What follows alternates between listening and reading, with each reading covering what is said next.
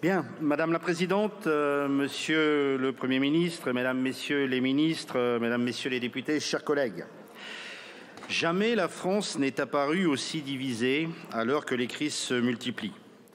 Cette Assemblée, issue de la dissolution voulue par le Président de la République, ressemble pourtant aujourd'hui au peuple français qui nous a adressé des messages forts lors de ces dernières élections législatives. Ces messages, Monsieur le Premier ministre, vous obligent à une véritable rupture, tant sur le fond que sur la forme, avec les politiques menées ces dernières années. Plus d'écoute, plus de dialogue, plus de respect du Parlement, avec la nécessité de dégager des objectifs partagés et d'abandonner un centralisme déconnecté des réalités de nos concitoyens et de nos territoires éloignés des grandes métropoles. Car malgré le contexte fédérateur des Jeux Olympiques, une majorité de Français voit l'avenir de la France, et par conséquent le leur, avec beaucoup d'inquiétude. Pourtant, la vision des Français n'est pas que pessimisme, puisqu'une grande majorité estime que le pays a beaucoup d'atouts. Là où nos concitoyens se montrent en revanche extrêmement critiques, c'est envers leurs représentants politiques. Vous avez bien compris, le défi pour nous, il est immense. L'humilité, la responsabilité et la transparence doivent guider nos pas, doivent guider vos pas, Monsieur le Premier ministre, et ceux de votre gouvernement. Fidèle à ce qu'a été la ligne du groupe Lyot, il continuera à se positionner dans un groupe indépendant, d'opposition mais constructif au service de l'intérêt général. Aussi, nous continuerons à nous prononcer, à travailler sur les textes de loi à venir, avec en tête le seul intérêt, celui de nos concitoyens, sans logique de bloc ou partisane, avec comme boussole la réponse à leurs urgences.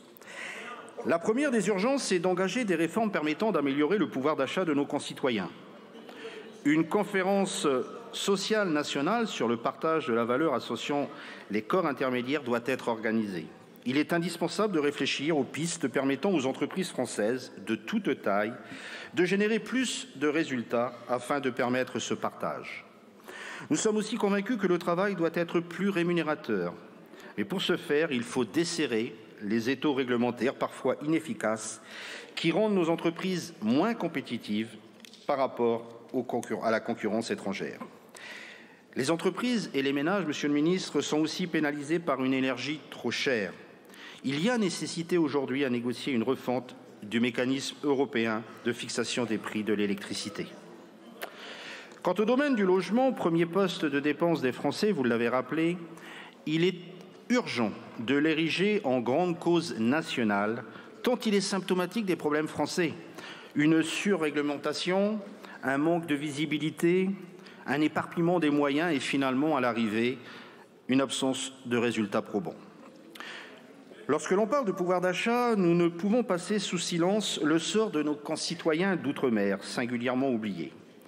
Car au premier rang des revendications ultramarines et qui ont notamment perturbé et animé une tension en Martinique, se trouve la cherté de la vie et la continuité territoriale. Cette dernière se décline à la fois par la continuité territoriale des hommes et des femmes, qui se traduit par la problématique des prix des billets d'avion, et par la continuité territoriale des biens et des marchandises, qui se traduit, elle, par une explosion des prix des matières importées et du coût de la vie. Nos compatriotes ultramarins attendent des réponses précises.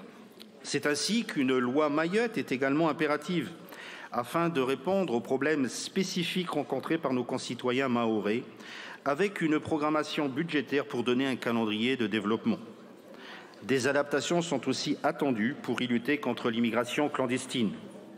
En Polynésie française, le soutien de l'État au système de santé et de solidarité est par ailleurs indispensable.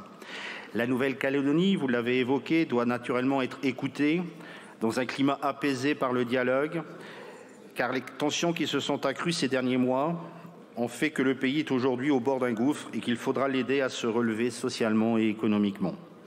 Un autre territoire insulaire, la Corse, est également dans l'expectative. Un processus dit de Beauvau a été engagé sous la précédente législature. Le groupe Lyot estime fondamentalement qu'il doit y avoir la reprise de ce processus qui est une attente majeure, longuement exprimée par le peuple corse et ses élus. La création d'un ministère du partenariat avec les territoires et de la décentralisation est en ce sens bienvenue et nous espérons que le flambeau des négociations y sera repris en son sein. Vous en avez parlé. Les Françaises et les Français ont également exprimé, lors des dernières élections législatives, des inquiétudes graves en matière de santé. C'est particulièrement vrai pour nos territoires ruraux, mais aussi nos territoires ultramarins. De nombreux Français rencontrent aujourd'hui des difficultés pour une simple consultation chez un médecin généraliste ou pour bénéficier d'un accès auprès d'un médecin spécialisé. Des services hospitaliers ferment, les personnels soignants ont toujours un mal-être, une souffrance, tant pour l'accès aux soins que pour la gestion de nos hôpitaux ou la désertification médicale. Nos concitoyens attendent aussi des réponses concrètes et rapides. Une profonde réforme de notre système de santé est nécessaire, avec une meilleure prise en compte de la santé mentale. Il est aussi utile de rappeler l'importance de mieux prendre en compte le vieillissement de notre population et ses conséquences graves à travers un plan grand âge qui a longtemps été évoqué, maintes fois repoussé et pourtant si nécessaire. Enfin, je ne saurais faire abstraction de la situation de nos EHPAD. Elle est problématique et elle deviendra critique si nous ne faisons rien. S'agissant toujours des questions sociales, vous vous souvenez, durant la précédente mandature, notre groupe s'était opposé à l'adoption de la réforme des retraites, qui a créé de nombreuses crispations, colère et incompréhension au sein de la population, notamment autour de la mesure d'âge.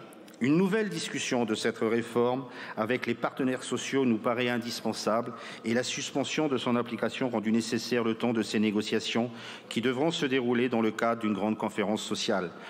La France a besoin de retrouver une démocratie sociale.